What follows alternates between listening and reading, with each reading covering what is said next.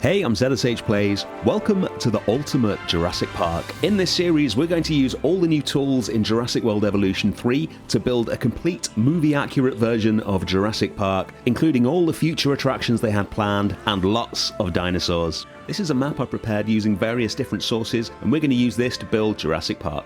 I am so excited to start building this. We recreated Jurassic Park as best we could in Jurassic World Evolution 2, but now we can really go to town on it, and we're going to start with the arrival point. What we're going to do is edit this arrival point so that we can get the famous scene of the helicopter landing on the little landing pad right next to the water. So we're going to detach the landing pad from the arrival point, and then we'll grab all of these markings here and move them over to where the actual pad is going to go. And then we'll build up some fences around it and put some emergency lights in and get this looking exactly as it does in the film. And then we're going to get rid of the rest of the arrival point and start building around this pad until we've recreated the scene from the film exactly. By the end of this episode, we're going to build the helipad, the whole of the visitor compound, so that's the visitor center, emergency bunker, Raptor Pen, and maintenance shed. And we're also going to begin the Jeep tour and build the park gates. I want this arrival point to actually function. That way the helicopter will regularly take off and land.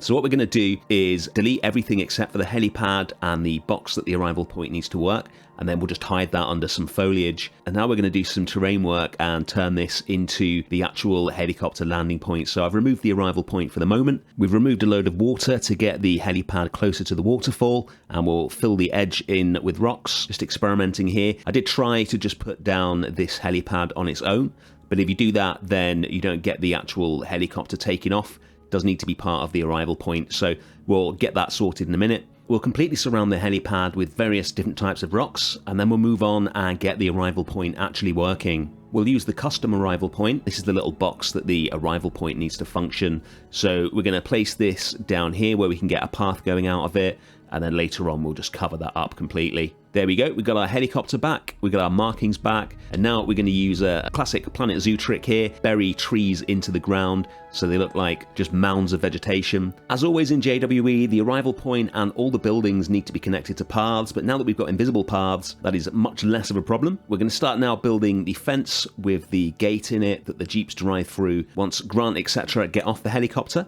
We've got some janky terrain there, so we'll just smooth that out, and then we'll place in the classic gate, which already matches the one in the film, and then we'll put some more foliage in, and then we're going to finish this off with some stairs going up to the helicopter pad, and then the kind of ruined buildings in between the helipad and the water. And while we finish that off, let's talk about the plans for the park. So the park is effectively going to be split into two. On the right-hand side of this map, we're going to have the Jeep tour, as well as featuring everything in the film: Dilophosaurus, Tyrannosaurus, Gallimimus, Brachiosaurus, Parasaurolophus, and Triceratops. We're also going to have Baryonyx and Herrerasaurus, which are glimpsed briefly in plans in the film. And then on the left-hand side of the park, we're going to have the Visitors Compound, the Jungle River Ride, Proceratosaurus, Metriacanthosaurus, the Aviary, and the Teratops Hotel. Finally, we'll have free-roaming Compsognathus, which, along with the Pteranodons in the Aviary, means that every dinosaur seen in the film, whether they're actually seen or it's just on a embryo or a park map,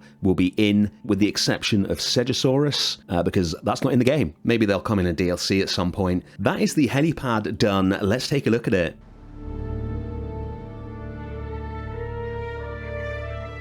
It is so much fun being able to place things exactly where you want them in this game. This park is going to be super accurate. Here on the other side of the park is where we're going to build the visitors compound, so let's get started with that. First thing we're going to do is reduce the size of this lake here so we can start filling it in. We'll begin with the visitor center. It's one of the best pieces in the game, I think, but it is not movie accurate. In the film, of course, it's not quite yet open, so for the game they've kind of finished it with some plants and benches and things like that. So we're going to get rid of all the stuff that was added that you don't see in the film, and then put back in the scaffolding that you do see in the film. I want to do this so we can get a completely movie accurate look for it at the moment, but because we're building the park as it would have been had the incident not happened at the end of the series, we will remove all the scaffolding and do some more work on it and make it look more finished, but I want it to look like the film for the moment. If you're enjoying this, by the way, please hit the like button, and if you're new to the channel, don't forget to subscribe because there's a lot more Jurassic World Evolution 3 coming. Onto the Jeep tour. So we know that the Jeeps come from a garage located somewhere behind the visitor center, and then of course they go past the visitor center and then off out into the park. So we're going to lay the Jeep tour down exactly past the visitor center here, and then we'll start putting in a proper concrete road for it. So the Jeep tour does have a concrete road option, but it's kind of the wrong color concrete and you can't recolor it. I want the concrete to match the concrete that you see in front of the visitor center. So we're going to build our own in along the track just in front of the visitor center, and then it turns into a kind of dirt track after that. So we'll use these pieces here, get a decent line of it built, and then we can modify the group and spin this round so it exactly follows the line of the Jeep tour. We'll keep that track in the center of the concrete at all times. Takes a bit of time, but it's going to look much better like this than if we just use the default option. This kind of thing is what I love most about Jurassic World Evolution 3. No more compromises, no more, well, that'll have to do because we don't have any other kind of controls that will allow us to change it. We can get everything exactly how we want it. So we're going to put the lake in now that sits in front of the visitor center, use shallow water, and then we'll use the new deep water in the middle of it. And then we'll use the foliage options to get some of the lily pads in that you see in the film. Some of the environment brushes will actually give you different plants and rocks depending on whether you're in shallow water or deep water, so worth experimenting. And then we'll start placing individual trees exactly where they are in the film. I think we actually had individual trees in JWE2 if I recall correctly, and they added that in an update, but now we've got so many to choose from. And this is starting to look good now. Just want to do a final pass of trees and foliage to get this as close to the film as possible. We can't get as close to the back of the building as I'd like with the foliage brush, so we'll just individually place loads of palm trees and things like that in here. And then I noticed when I was rewatching the film that there's a massive tree that kind of extends over the turret on the right, so we'll use a scaled up kapok tree for that. And then finally for the visitor center, we're going to extend the Jeep tour track all the way back to the shed where it starts from. So I've just got two of those concrete pieces here in their own little group, and then we can use the rotation and movement tools to exactly get them to line up with the track. And then we can move on to the emergency bunker. We know the layout of this part of the visitor compound from the sequence at the end of the film. You've got the emergency bunker, then the Raptor Pen, then a patch of forest, and then finally the maintenance shed. So we'll start with the emergency bunker. This is pretty much already done for us. All we're going to do is add in all the foliage that's growing out of these panels here. And then there's a step that you see Muldoon and Ellie stand on as well. So we need to add that in. But yeah, just a handful of pieces, and this will be a movie-accurate emergency bunker very quickly. That's pretty much it for the foliage here, so we'll just do the same thing on the other side, and then we'll get this step in. We'll just use a large piece of asphalt, line that up precisely with the bottom of these panels here, recolor it, and there we go. A movie-accurate emergency bunker, and it's time to move on to the Raptor Pen. We'll start by preparing the area for the pen to go into, so we're going to use various different sand brushes to get a realistic patch of sand here like you see in the film, and then flatten the terrain down as well. There we go, and then we can put the Raptor Pen in. This was the first thing I ever built in this game back in early access. Unfortunately, I don't have any footage of me building it because I didn't know what pieces we had and what was possible in the game at that point, so it took a long time to build. I didn't record any footage of me doing it, but what we're going to do today is actually get some raptors in here. We're going to do that using the invisible fences, so we'll get some invisible fences in roughly a rectangle that encompasses all of this, and then we're going to delete it. That enables us to get a raptor right in the middle just there. And then we can just undo. Love having an undo function now. And the game will still put the raptor in.